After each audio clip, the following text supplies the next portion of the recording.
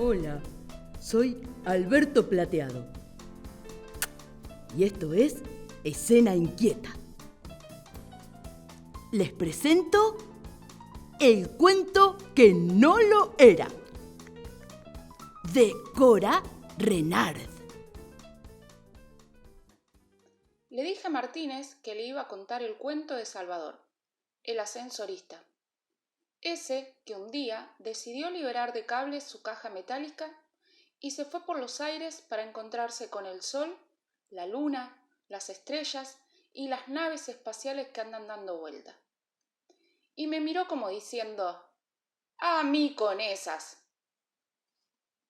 Le dije que era muy bueno porque en su vuelo dejaba atrás barrios de humo para engancharse con rebaños de nubes, globos que se habían resistido a pender de un hilo, barriletes escapados de sus dueños y decididos a hacerse astronautas, planeadores de papel que, como él, navegaban en los altos dominios de la imaginación.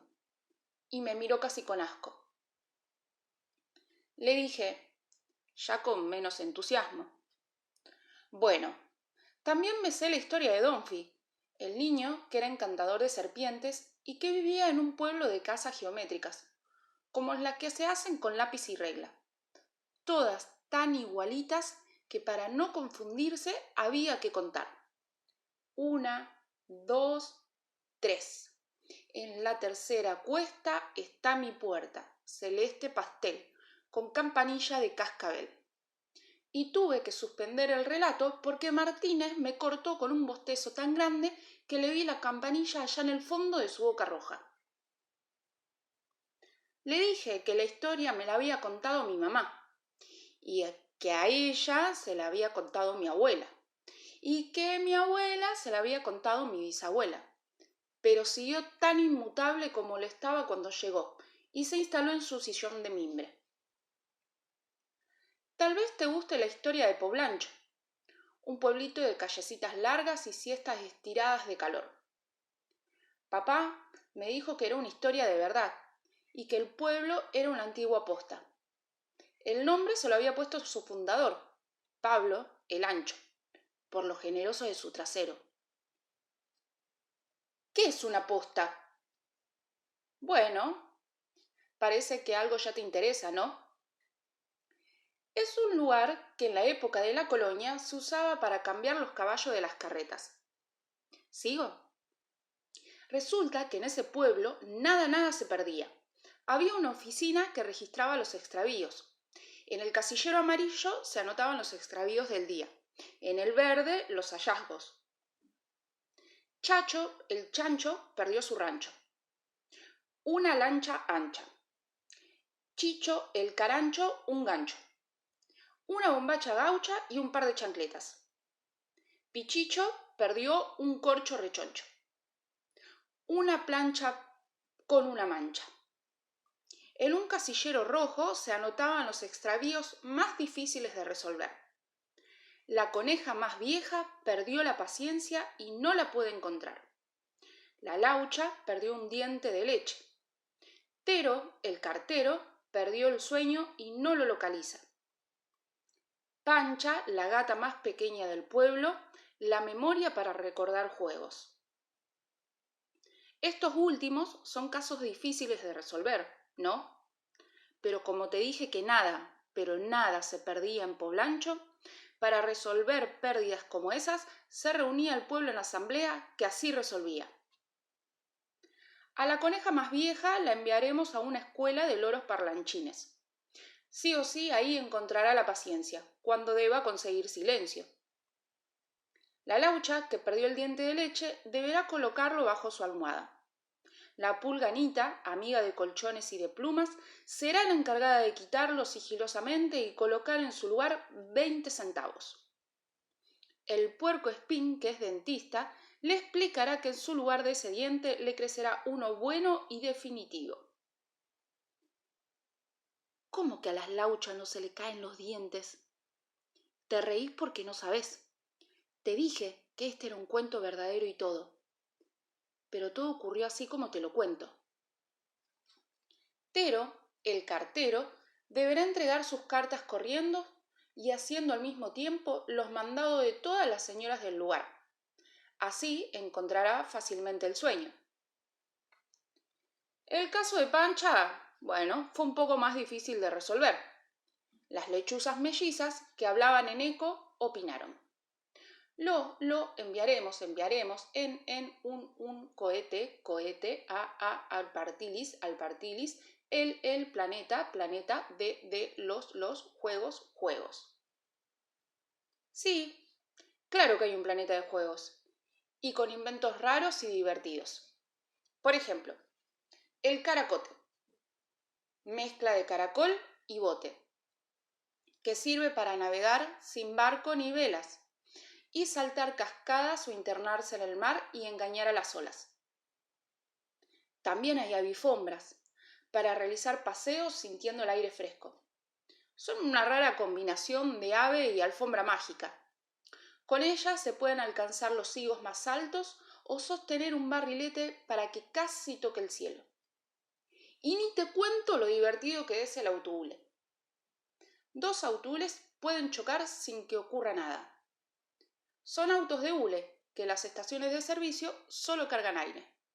No tienen ruedas y se deslizan a 10 centímetros del suelo a gran velocidad con solo accionar un pedal igualito al Fiat de papá. Ah, pero los zapaguros, esos sí que son un invento de última generación. Te cuento cómo son. Unas zapatillas con pelotitas de ping-pong adentro de su suela transparente. ¿Cómo para qué sirven?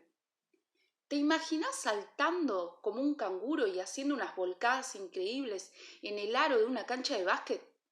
¿O corriendo una carrera en los Juegos Olímpicos? Sí, allí la mandaron a Pancha. Y efectivamente volvió lo más pancha contándole a todo el mundo cómo había recuperado la memoria de los viejos juegos. La rayuela, la mancha, las escondidas, las rondas. Y había aprendido a jugar con los juegos electrónicos. Se trajo autobules, zapaguros, avifombras y caracotes. Y comenzó a alquilarlo a cambio de helados. Por eso, después, la pobre anotó que había perdido la silueta. ¿Y querés que te diga una cosa? Yo sé, sin que me lo cuenten, que le indicó la asamblea del pueblo. ¿Cómo que no pasa nada en mi cuento? Si querés le podemos agregar la historia de Gala y Mario. Es una historia de amor imposible. Gala vivía en el mismo pueblo de Donfi. Sí, el protagonista del cuento que no me dejaste contar porque te mandaste un enorme bostezo. Bueno, ella vivía en la tercera cuesta, escalera izquierda, puerta verde limón con un timbre rezongón. Estaba enamorada de Mario, pero ese era un gran amor secreto porque sus padres querían para ella un novio serio y formal. Y Mario tocaba la guitarra, cantaba, usaba jeans desteñidos y tenía el pelo largo atado con una colita. Claro que se casaron y comieron perdices y vivieron felices. Pero eso te lo tengo que contar al final, después de todo lo que tuvieron que pasar. Ah, ¿eso no te interesa?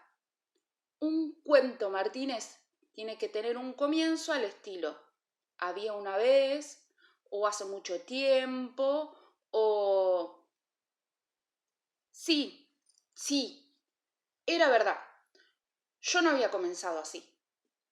Le había anticipado que le iba a contar la historia de Salvador, el ascensorista, pero había querido interesarlo en un personaje. Y ahora me encontraba con que no había podido empezar y terminar ninguna historia. O mejor sí, empezar y terminar una, pero sin el relleno.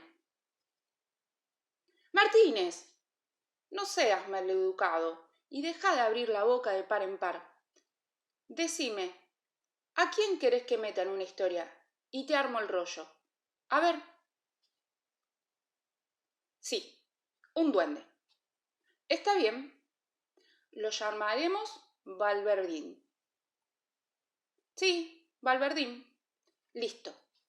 Es un duende travieso que se esconde después de la lluvia, debajo de las baldosas flojas de las veredas para salpicar a los transeúntes desprevenidos.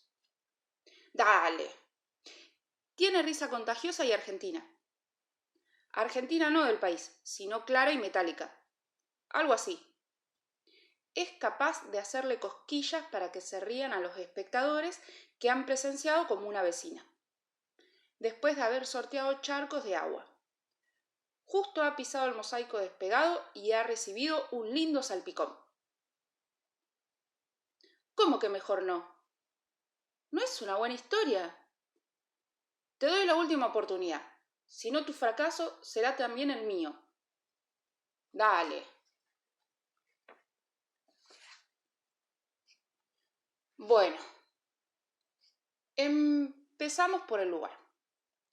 Un estanque verde y profundo. Seguimos por el personaje.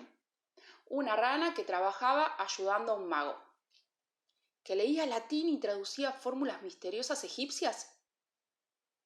Está bien, es un poco raro, ¿no? Ah, que además resolvía ejercicios matemáticos y cocinaba en un caldero sabrosos guisos. Bien. ¡No! Que bordaba en las noches claras de luna sabanitas de bebé, no va. Lo sacamos. Seguimos.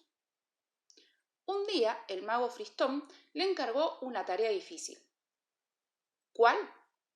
¿Qué te parece si le ordena que cuente 50 millones de estrellas para luego agruparla en parejas? Ya sé que están agrupadas en constelaciones, pero esto es un cuento. Ahora seguí vos. ¿Cómo? Que debía inspeccionar entre las nubes peludas, las nubes gordas y las nubes paseanderas, por si se le había escapado alguna. Bien, si fracasaba en su trabajo, iba a recibir un castigo.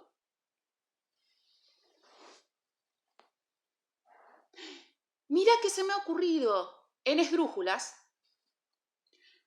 Había una vez, en un oscuro estanque exótico, un personaje raro, verde y estrambótico. Leía latín con acento muy enfático, sacaba largas cuentas, hábil matemático. Dicen que era una rana macho muy científico, con un deseo firme, claro y específico. Saber como aprendiz de brujo, artes mágicas, aunque las condiciones fueran harto trágicas. Enumerar estrellas, poner en catálogo, entablar con peludas nubes, hábil diálogo, para evitar que alguna en giro elástico se escondiera en un limbo algodonoso y plástico. ¿Qué te parece? ¿Continuamos? La rana deberá errar todo el planteo teórico para seguir con las esdrújulas, y el mago determinará una transformación con su bastón. Pero la historia terminará del modo más inesperado. Se invertirán los papeles y la rana dejará de ser ayudante para transformarse en mago, mientras que éste pasará a croar en la laguna. Sigue mi versión. Veamos. ¿Cuándo fue que ocurrió el episodio histórico y la rana erró todo el planteo teórico? Nadie sabe decir si el hecho fue humorístico o si detrás de esto hay un proyecto místico. Cierto es que la falla fue apenas un centésimo, pero le corresponde un castigo pésimo. El mago Fristón, su maestro y catedrático, lo transformará en un bastón asiático. Pero he aquí lo que se oye un belimp. Magnífico. Fristón pierde su rol de mago terrorífico. Los papeles cambian. El mago es acuático. Croa, croa y croa ya no es el catedrático. Y mientras esto ocurre en el estanque exótico, la rana con galera es un mago estrambótico. Te tenés que ir, Martínez. Yo te dije que te iba a contar la historia de Salvador. Era ascensorista y no te gustó. Después intenté con Donfi y te vi las milanesas del mediodía en el estómago con el imponente bostezo. Tampoco te gustó la historia del pueblo y hasta intenté agregar un episodio amoroso a ver si te sacudía tus fibras más íntimas. Tampoco lo logré. Y ahora, con esta historia de la ranita y del mago, que perdoname, se te habrá ocurrido a vos, pero es bastante mala. Estás como de fiesta. No, no, Martínez, ahora te tenés que ir, porque yo también me voy.